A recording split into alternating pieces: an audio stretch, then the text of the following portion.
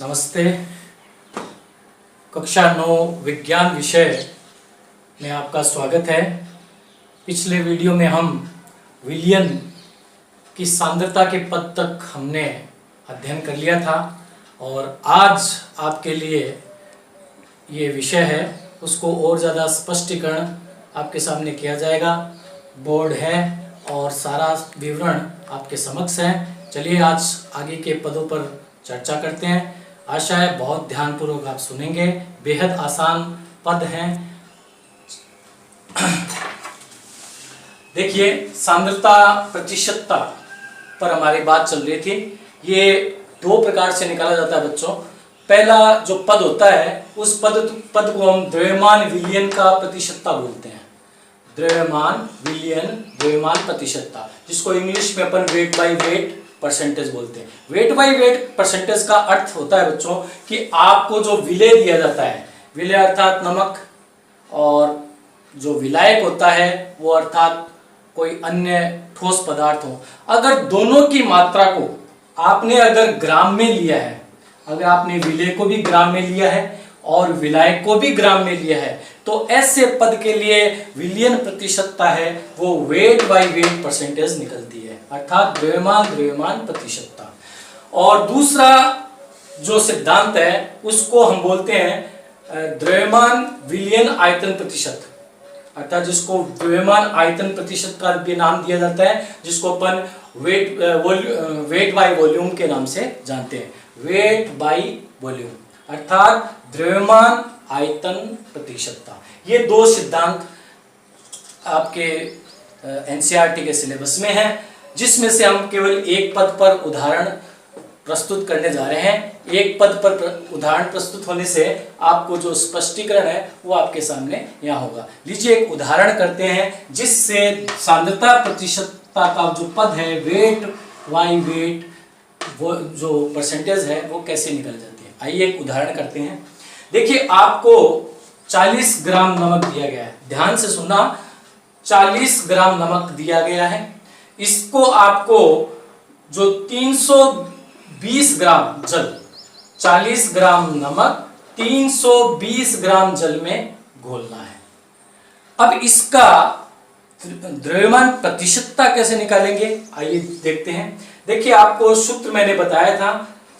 सूत्र में होता है विलेय का द्रव्यमान बटा विलयन का द्रव्यमान और इनटू 100, क्योंकि जब भी प्रतिशतता पर निकालते हैं तो उसको गुणा 100 से निकाला जाता है। तो आइए अब इनमें जो मान है वो पुट करते हैं। देखिए क्या मान निकल के आते हैं। देखिए, विलेय हमने लिया था 40 ग्राम नमक, तो ये विलेय का द्रव्यमान आ गए यहाँ पे 40। अब आता है विलयन का द्रव्यमान। किसका है? विलयन का द्रव्यमान। और विलयन किससे बनता है? विलेय और विलायक दोनों के योग को, विलेय और विलायक दोनों के योग को। तो देखिए, हमारे पास विलेय था 40 ग्राम और विलायक कितना था? 320 ग्राम, जो कि जल है। अब इन दोनों को अगर जोड़ दिया जाता है तो बन जाता है 360। तो विलेय था 40 ग्राम और अपने विलयन का जो कुल यहाँ पर द्रव्यमान हो गया वो है 360 इंटू अपन 100 करेंगे। 100 करने के बाद जब इनको अपन सरल करेंगे, देखिए 40 बटा 360 है तो ये 4 के पहाड़े से कट जाएगा, यहाँ पे आ जाएगा 90। तो 100 बटे 90 होने पर ये मान आपके पास आता है 11.1%। आई थिंक आपको बहुत बेहद आसानी से समझ में आ गया।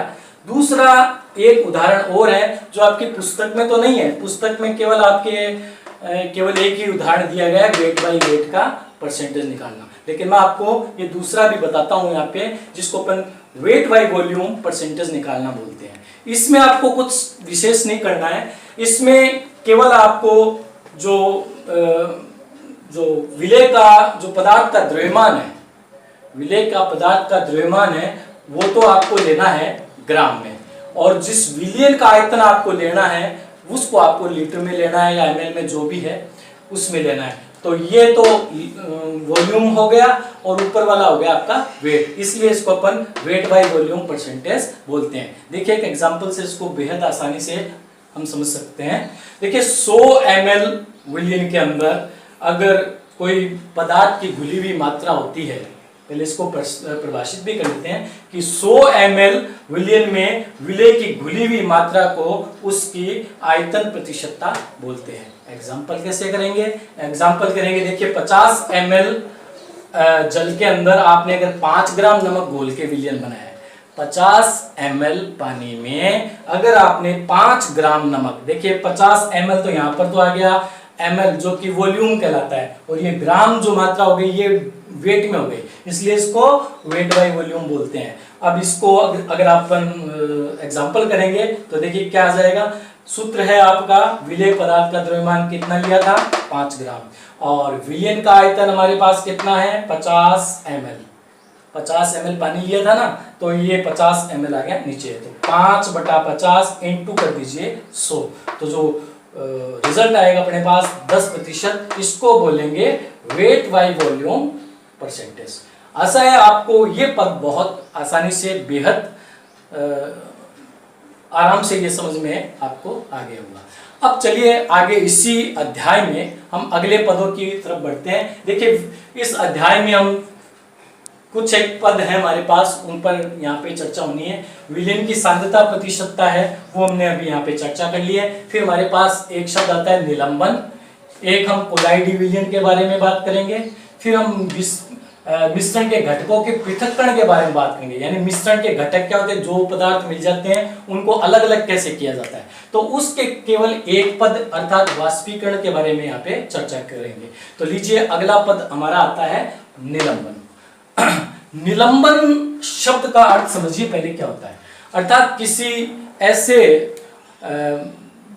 विलायक के अंदर अगर आप कोई विलय घोलते हैं, किसी विलायक के अंदर जो कि द्रव अवस्था में होता है, उसमें अगर आप ठोस कण घोलते हैं, उनको हम विलय के कण बोलते हैं। अगर वो आपने उसके अंदर घोला है, अगर वो विलय के कण हैं, अगर विलायक में पूर्णतया से नहीं घुलते हैं, और जिनके कणों को आप अपनी आंखों से भी देख सकते हैं कि भाई कुछ न कुछ पदार्थ इसमें घुला हुआ है लेकिन पूरा घुल नहीं पा रहा है, इसलिए ऐसे पदार्थ जो आंखों से भी देखे जा सकते हैं लेकिन पूर्णतया घुले नहीं, तो ऐसे विलयन को अपन निलंबन बोलते हैं।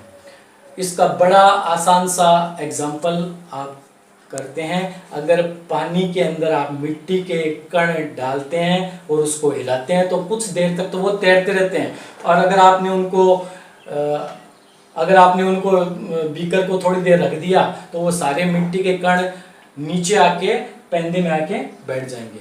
तो वे कण जो पूर्ण रूप से विलायक में घुलते नहीं है, आंखों से देखे जा सकते हैं और कुछ देर बाद आके नीचे पेंदे में आके बैठ जाते हैं, तो इस प्रकार के जो अवस्था है द्रव की उसको निलंबन अवस्था कहते हैं। आइए अब इनके महत्वपूर्ण पदों के बारे में अपन बात करते हैं। ये जो मिश्रण होता है वो कहलाता है विषमांगी मिश्रण, क्योंकि मिट्टी के कण और पानी के अंदर उनका जो विलयन बनता है वो विषमांगी होता है। विषमांगी इसलिए क्योंकि मिट्टी के कण पूर्णतः से उसमें घुलते नहीं है।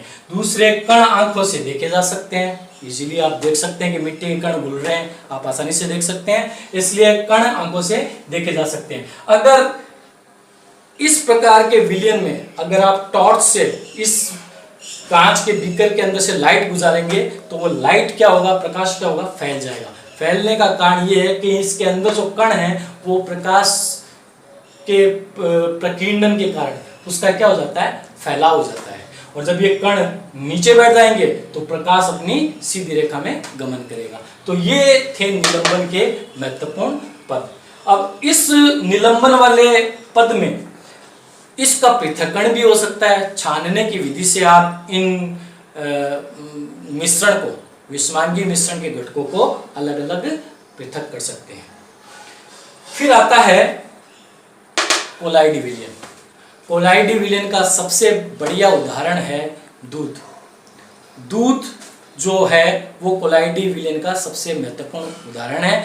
इस पद को समझने के लिए आपको दो महत्वपूर्ण शब्द सीखने होंगे, उनको बोलते हैं एक तो परिक्षिप्त अवस्था और एक होती है परिक्षेपण अवस्था।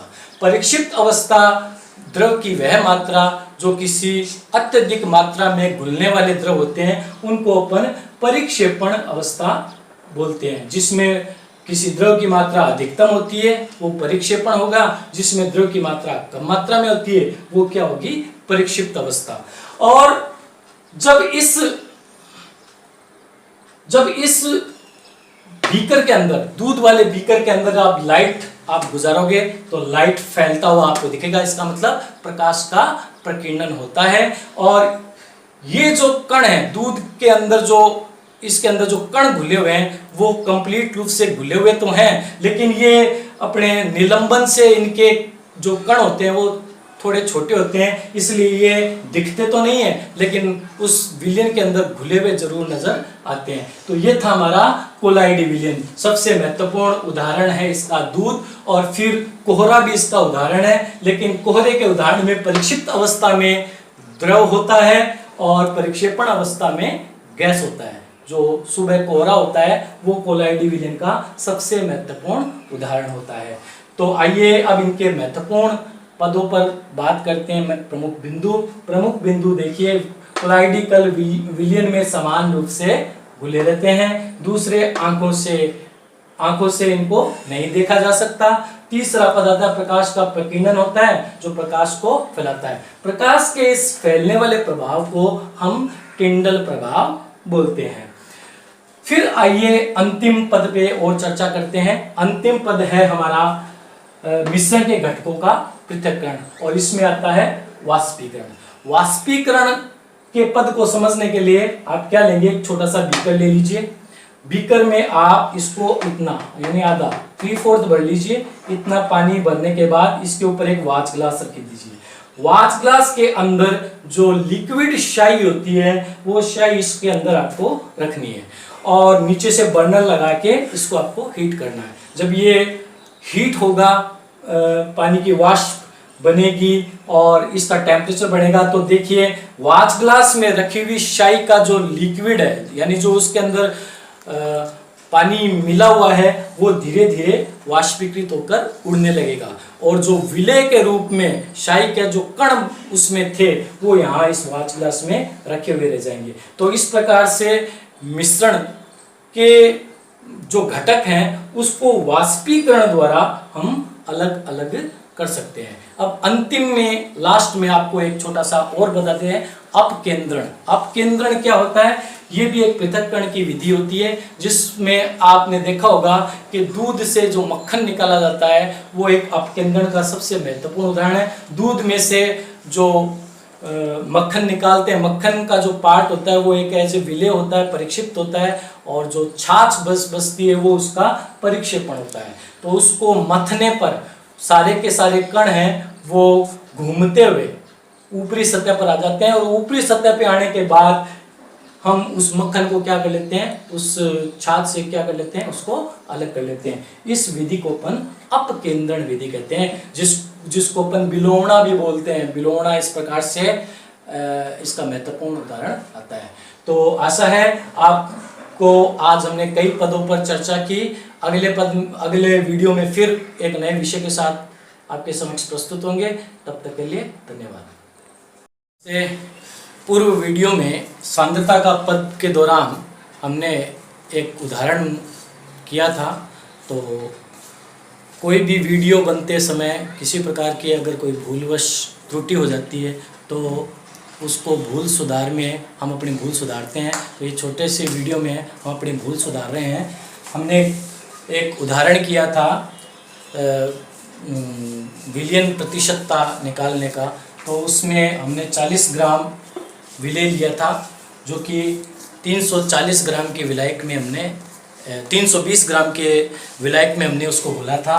तो पद कुछ यूँ प्राप्त हुआ था, 40 ग्राम बटा 300 ग्राम इंटू 100, जिसको गणना करने के दौरान हमने पूर्व वीडियो में यहाँ पे भूलवश 90 लिख दिया था। तो ये सरल करने पर हमें 1/9 इंटू 100 प्राप्त होगा। तो इसको सरल करने पर 100/9 = 11.1%।